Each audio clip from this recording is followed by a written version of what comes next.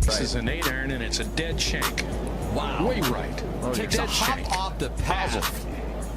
You gotta be kidding me.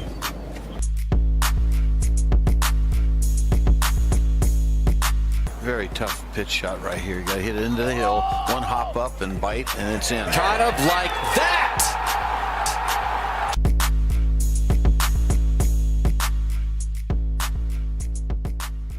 Well, I would like to welcome back to the Sub 70 podcast for the second time this season, Troy Merritt, two-time PGA Tour winner, and I'm looking forward to this conversation of talking about the second win. Congratulations.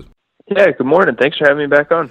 First off, has to be great to get that second victory. From talking to the guys from the podcast, one victory is nice, but from what I hear from the guys and get your opinion, having that second one sort of shows that the first one's not just a one-off week that you got hot, that you can do it twice, and it's kind of a big accomplishment. So how's it feel, and sort of what's your thoughts on that second win?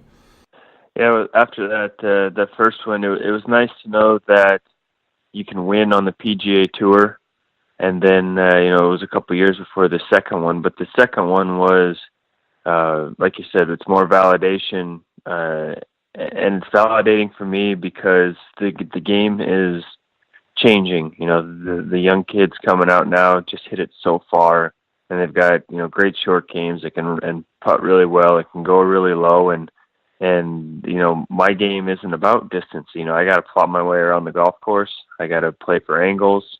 I need to have good weeks on the greens, and I didn't know if that kind of game would still hold up against the games that are coming out of college now, and it was nice to see that my game's still relevant on tour, that I can still get the job done, I can still handle myself coming down the stretch, and as a result, very, very excited about getting that second win and having 2 more years out here on tour. Interesting you're talking about your ball striking. I was looking at the statistics for the week, and it kind of goes against an old adage, but your ball striking was insane good.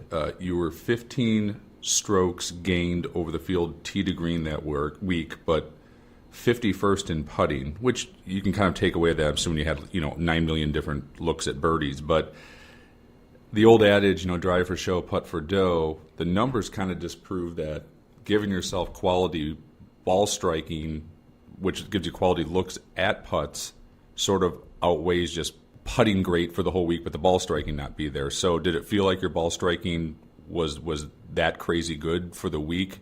And then obviously you made enough putts, but what was sort of your take on the performance from a golf swing, from a putting standpoint for the week? Well, you have to look at the course conditions for the week. We played the ball up all week because the golf course was underwater for most of the week. So there's no rollout in the fairways. The ball doesn't have any opportunity to bounce out of the fairways and into the rough. You get the ball in hand. There weren't a whole lot of long par fours. You're hitting low irons to wedges.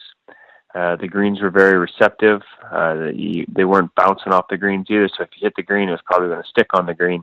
So as a result, my fairways and greens were, like you said, very high for the week. But I hit a lot of shots close to the hole as well, and I putted really well the first 2 days, going out in 62 and 67. And I putted pretty well on Saturday, just didn't get anything really to go in. And Sunday, the same thing. I hit a lot of good putts. I just didn't want to go in. And, I think we ended up with negative strokes game putting for the week. And a lot of that has to do with the fact that out of my 5 bogeys, 3 of them were 3 putts, and another one was a 3 putt from the fringe. So I missed a couple little ones, and that really hurts that strokes game putting. But for the most part that week, I struck the ball very well, hit my driver very well, a lot of great wedge shots, a lot of great low iron shots. Didn't have to put any stress on my short game, which is huge. And I rolled the ball nicely. And, when you're hitting a vast majority of the greens, like I said, you're not going to make a majority of the putts. You're going to miss your fair share. But we were fortunate enough that week to make more than our fair share and come out on top. When you shoot a 62 around like that, like you did on Thursday, and you're firing on all 10 cylinders, let's just call it the zone for lack of a better word, does it feel like it's going slow? Does it just seem super easy? What sort of mindset do you have to have that you're you're playing really well, but to keep the pedal down and keep it going, is it hard to keep that aggression, or does that round just feel super, super easy? It was the third time that I shot 10 under par on tour. The first few times coming at Harbor Town, at Hilton Head, and when I won at Quicken Loans at RTJ. And all of them felt a little bit different. The one at Harbor Town, everything it just felt right on the flag, and it just had to get it on the green to make the putt for birdie. And I was pretty calm, but at the same time I had a few nerves. I did a good job taking one shot at a time, but I also birdied the last 4 holes, so I came in pretty strong. Quicken Loans, I got off to a really hot start. I birdied the first 5 holes, had a 3-putt bogey, even had 11 birdies that day. But, and same thing, it just felt like if I could get the putter inside 15 feet, I was going to make it. And there were still some nerves there as well. And in Kentucky at Keene Trace, I never really felt any nerves. I didn't feel like I was going low. I just trying to give myself really good opportunities. And it wasn't like I had any great stretches, where I'd make 4 or 5 birdies in a row. It just came every so often. So it was a little different feeling in that there weren't any runs, but we did a great job. The hardest part is just staying in the moment and focusing on one shot at a time and not getting ahead of yourself. It's very easy after you make 3, 4 birdies in a row to think, oh man, this is going to be a good 7, 8, 9 under par round. And all of a sudden you make a bogey on the back nine and you shoot 2 under. And you think, well, what just happened there? Well, you got ahead of yourself. And that's the hardest thing about going low. So it was nice, at least, those 3 rounds to keep everything in the moment and keep pushing forward and making putts and shooting some good numbers. A lot of that, too, of being out on tour for as long as you have and then going low before, did that experience previously kind of help with this round for that mindset to know what you sort of had to do to keep that train rolling in the right direction? Is that just sort of experience as well, where you did it the third time and it's actually easier because of doing it in the past and your experience on tour? Yeah, a little bit. In the first couple of times, I went low quite a bit in college and as an amateur. I had a 59 once and a 61, 11 under 61, and a 62 in college and 63. And just going low, it comes out every now and then. You have to relish it when it comes out because it doesn't happen all the time. If it would, we'd set scoring records all the time, and it just doesn't happen. But just knowing that, what to look for, how you notice how you're feeling and what's best to focus on when you're going low is key. And the more you do it, I'm not going to say the easier it gets because it's not easy to do, but just knowing that you've done it before does help out for sure. Sunday during the tournament of the Barbasol, kind of a strange day, right? There was a bunch of start stops.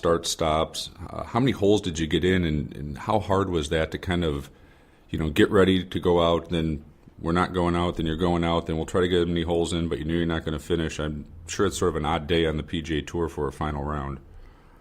It is, and I think all of the wins I've had as a professional have all been weather delayed, and you're playing makeup for most of the week.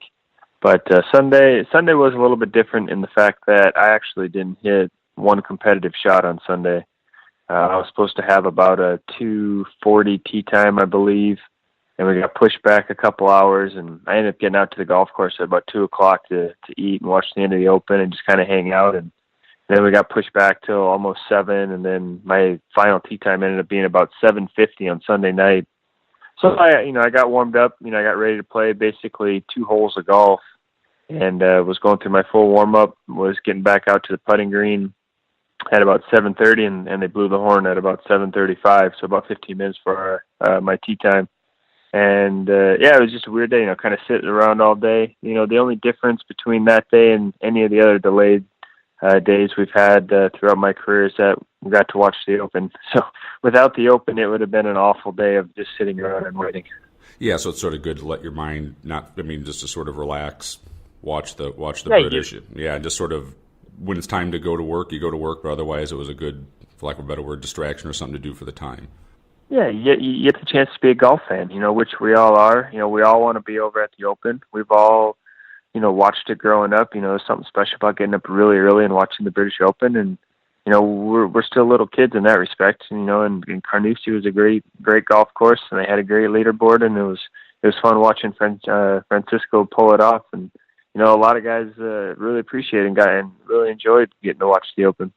So then on Monday, you're out there now. The field is bunched. It's going to be a bit of a shootout.